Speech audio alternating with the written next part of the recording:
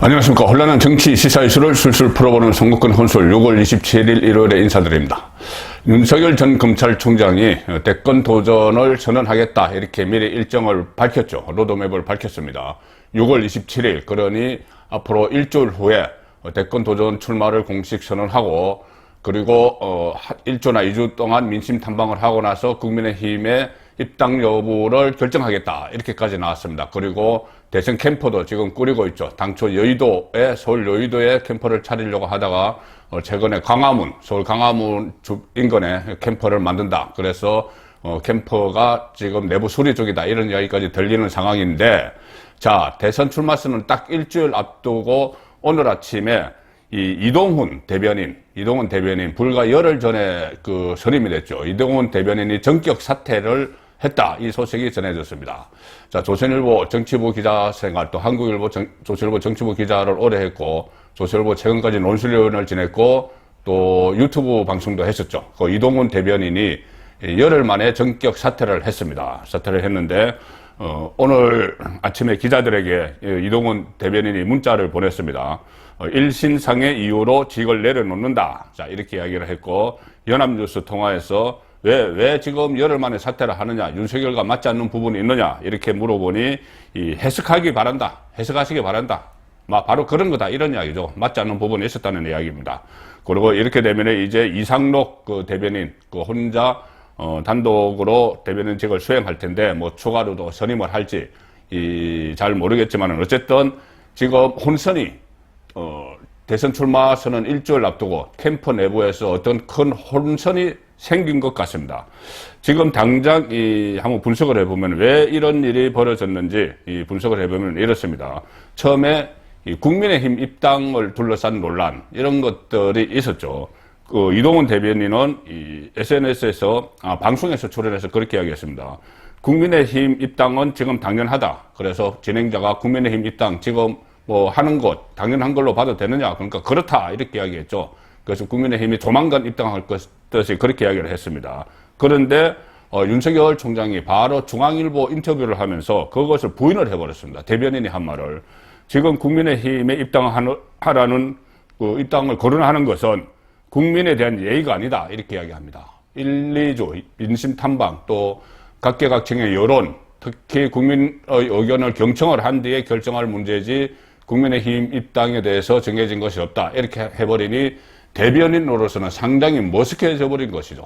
머쓱해진 이런 상황에서 이 일이 지난주 중반에 일어났는데 18일 그러니까 거제 금요일 날 윤석열 전 총장이 두 대변인 이동훈, 이상록 두 대변인을 불러서 같이 저녁을 하면서 잘해보자 이런 이야기까지 오고 갔다고 합니다. 그런데 어제 오후에 이동훈 대변인이 도저히 안 되겠다. 건강상 이유로 도저히 못하겠다. 이렇게 하면서, 사의를 표명을 했고, 윤석열 전 총장이 받아들였다. 자, 이것을 이상록, 대변인이 전한 내용입니다. 지금 건강상의 이유 이런 것은 설득이 안 되죠. 불과 열흘 전에 조선일보에서도 계속 유튜브 활동을 하고 했는데, 어쨌든, 뭔가 안에서 일이 생긴 것 같습니다. 그래서 이 국민의힘 입당을 둘러싼 혼선. 자, 단순히 이것 때문이냐? 아니다. 그렇지 않을 수도 있다는 이야기까지 나오고 있죠. 가령 예를 들어서 평론가 장예찬 씨가 그때 윤석열 전 총장의 외부 일정에 동행을 했죠. 그래서 윤석열의 측근이다 이렇게 했는데 장예찬 씨가 이준석 국민의힘 대표와 이른바 버스 논란 이것을 벌이다가 택시 이야기까지 했죠. 택시론을 이야기했습니다. 자꾸 저희 버스에 정해진 시간 내에 안 타면 출발을 한다고 하는데 우리는 버스보다 빠른 택시로 목적지에 먼저 도착할 수 있다. 이렇게 하면서 이준석과 티격태격했죠. 그때 이동훈 대변인이 나서서 아니야, 그 택시 이야기하는 것은 장예찬 씨 개인 생각이다. 우리 생각이 아니다. 그리고 장예찬 씨는 지지자 중 한 명일 뿐이다. 이렇게 이야기를 했습니다. 그러니까 우리 캠프 사람이 아니고 그냥 지지자다. 윤석열 전 총장이 외부 행사에 이렇게 동행을 시키고 했는데 그냥 우리 캠프 사람이 아니고 지지자다 이렇게 해버렸습니다. 그러니까 장예찬 씨가 그 다음 날에 SNS에 또 글을 올려서 어제 밤과 아침 사이에 많은 일이 있었다. 혹시나 이런저런 기사로 걱정이신 분들은 전혀 그런 필요가 없다. 자, 이렇게 이야기를 했습니다. 그래서 이 이야기는 본인이 지지자 중 한 명이라고 표현한 이동훈의 말이 틀리다.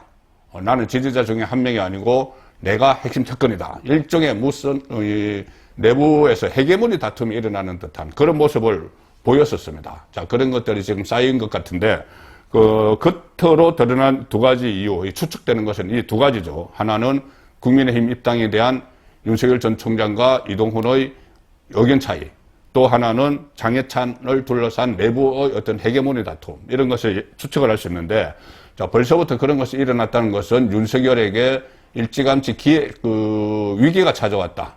그렇게 볼 수가 있는 겁니다.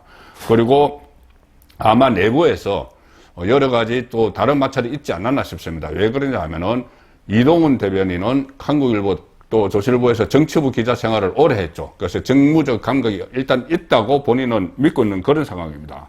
그래서 대변인을 넘어서는 어떤 역할을 기대를 하고 이 조선일보에서 사표를 내고 그쪽으로 갔겠죠. 근데 불과 열흘 만에 지금 거기서 나와버렸습니다.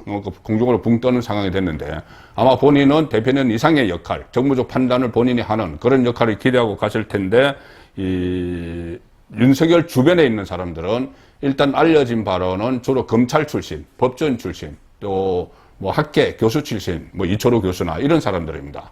그러니 정무적 판단에서 서로 마찰이 생겼을 가능성이 충분히 있습니다.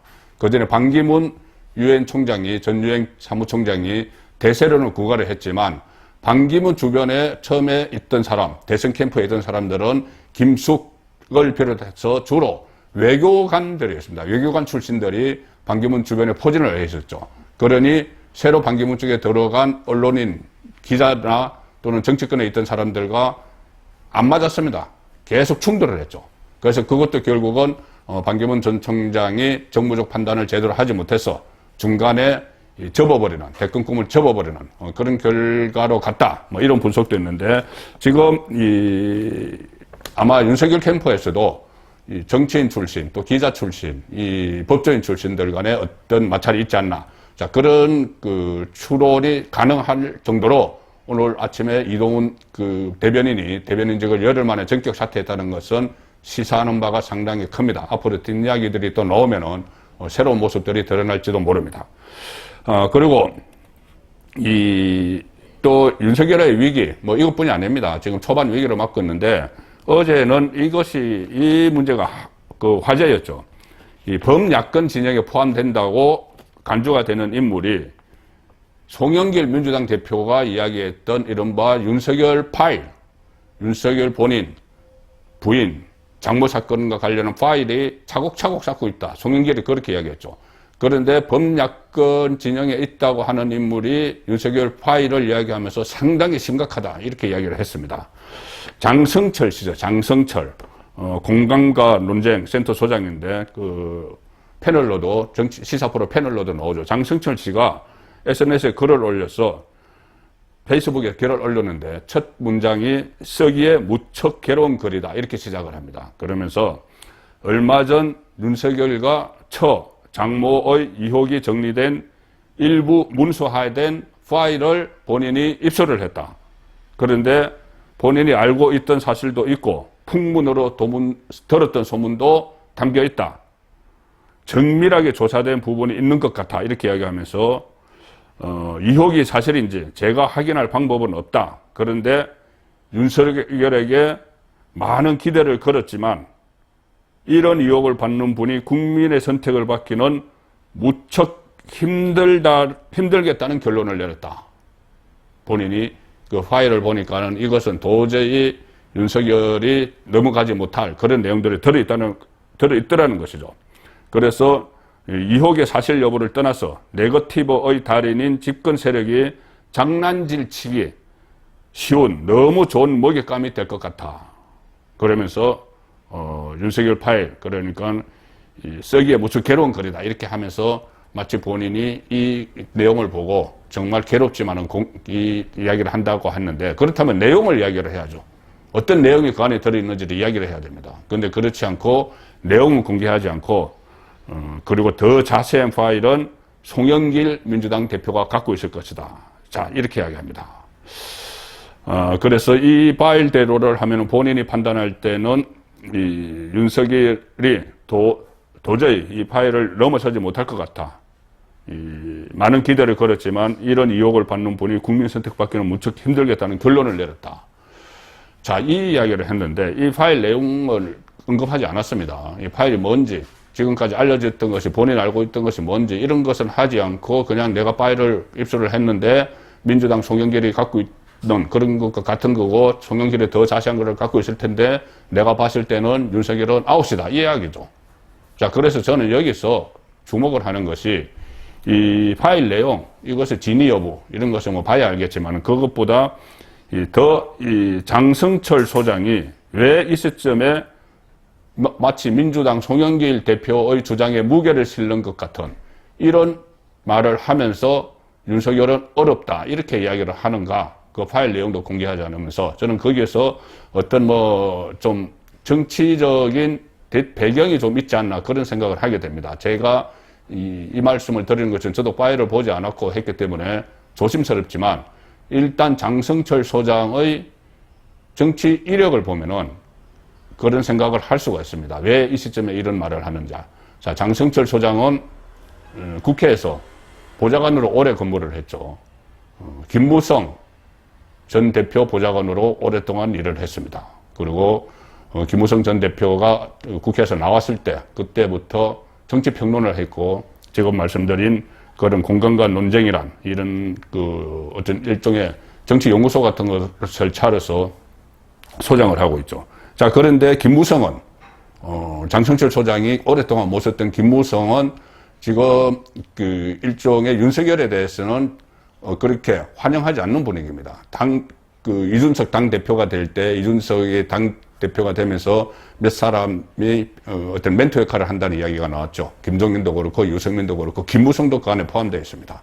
그 상황에서 이 김무성의 보좌관을 지낸 인물이 지금 이준석은 김무성을 멘토로 생각하는 이준석은 이 당 안에서 자각론을 이야기를 하고 있죠. 밖에 있는 윤석열이나 최재형보다는 당 안에 있는 유승민, 본인의 보수격인 유승민에게 또 원희룡에게 아니면 또 윤희숙에게 더 기회를 줘야 된다. 또 하태경에게 주로 하태경, 유승민, 원희룡은 전부 다 박근혜 대통령 탄핵에 찬성을 했던 인물이죠. 그래서 김무성 전 대표도 박근혜 대통령 탄핵에 찬성을 해서 유승민 전 의원과 같이 바른정당을 만들고 이렇게 했던 인물입니다. 그 세력이죠. 그 세력인데 그 김무성의 보좌관으로 있던 사람이 지금 윤석열 불가론을 이야기하고 있는 겁니다. 법야권에서 윤석열 불가론을 이야기하죠. 파일이 어떤 파일인지 공개도 하지 않고 내가 보이니 윤석열은 안 되겠다. 자, 그래서 저는 어떤 정치적 배경이 있다고 보는데 아직 제가 업무라고까지는 말씀드리지 않았습니다. 그런데 저도 이 부분에 대해서 어떤 짐작이 가는 부분이 있기 때문에 그 문제는 조금 더 제가 취재를 해서 다시 이 상황에 대해서는 정리를 한번 해드릴 기회가 있을 것 같습니다. 제가 오늘까지 아는 것은 이 정도입니다. 자, 그런데 만약에 이런 움직임들이 범야권 안에서 일어나고 있다면은 정치 초년생인 윤석열이 헤쳐나가기는 상당히 어렵겠죠. 자, 그 상황에서 안에 내부 캠프에서도 혼선이 일어나고 있으니 윤석열에게 1차 위기가 찾아온 것 같은데 어쩌면은 이 시점에 더 큰 위기는 제가 어제 말씀드렸듯이 최재형의 등장입니다. 최재형 감사원장이 지금 일부 언론 보도에 따르면은 감사원장 간사의 짐을 빼고 있다 이런 이야기까지 들립니다. 그러니 곧 감사원장직을 사퇴해서 정치를 시작을 할 텐데 최재형은 확실히 국민의힘에 들어가는 그런 술선을 밟을 걸로 예상이 되기 때문에 윤석열이 국민의힘 밖에서 이렇게 민심 투어를 하고 이러는 사이에 최재형이 먼저 국민의힘에 입당을 해서 소위 말하는 국민의힘 안에 자강론 그 대열에 합류를 하게 되면은 윤석열은 또 국민의힘에 들어가기 좀 어려워지는 그런 상황이 올 수도 있습니다. 결국 검찰총장 사퇴 후에 약 한 석 달여가 지난 시점에 이 대권 주자 윤석열 입장에서 최대의 1차 위기를 맞았는데 자, 큰 것이 이 세 개입니다. 이동훈 사태에 따른 캠프 내부의 혼선, 그리고 어떤 정치적 업무로도 갈 수 있는 범야권 내부에서의 윤석열 불가론, 엑스파일 이야기하면서, 그리고 최재형의 급부상, 이런 것들이 윤석열에게 닥친 1차 대위기입니다. 이 위기를 극복하기 하느냐에 따라서 윤석열의 앞날이 또 결정이 되겠죠. 정권의 혼술이었습니다.